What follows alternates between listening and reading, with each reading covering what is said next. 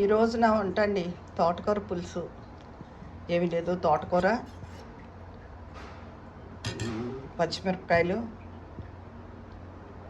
2 స్పూన్లు పెసరపప్పు వేస్తాను, అంటే బియ్యం పిండి బదులు వేసి కుక్కర్లో పెట్టేసుకోవడం. తర్వాత చింతపండు విజిల్స్ వచ్చాక కట్టేసుకోవడం, 3 విజిల్స్. చింతపండు పులుసు కొంచెం, చిన్న బెల్లం ముక్క, తగినంత ఉప్పు. నేను మెంతి కారం వేస్తాను కదా, అది. ఇది ఇంగు వాసనతోనూ ఈ పులుసు చాలా రుచిగా ఉంటుందండి. పొద్దున కన్నా కూడా రాత్రికి ఊరి ఎక్కువ బాగుంటుంది పులుసు. తర్వాత క్యాప్సికమ్ కొత్తిమీర కారం కూర అండి. అంటే క్యాప్సికము వేసేసి చిటికెడు పసుపు, తగినంత ఉప్పు వేసేయాలి. ఇదంతా ఒక 5 నిమిషాలే మగ్గిపోతుంది క్యాప్సికమ్.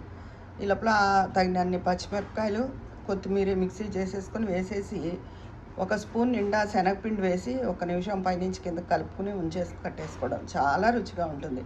ఇదే శనగపిండి కొత్తిమీర కారం స్టఫ్ని చిన్న చిన్న క్యాప్సికమ్ అయితే అందులో పెట్టి స్టఫ్ చేసుకుంటే చాలా బాగుంటుందండి. కానీ ఇవి పెద్ద క్యాప్సికమ్ ముక్కలు తరిగి వేశాను.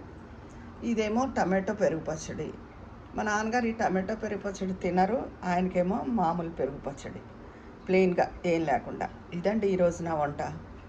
ప్లెయిన్ పెరుగు పచ్చడి, టమాటో పెరుగు పచ్చడి, క్యాప్సికమ్ కొత్తిమీర కారం కూర, తోటకూర పులుసు. ఉంటాను మరి. మీ స్నేహితురాలు విజయ పన్నాల.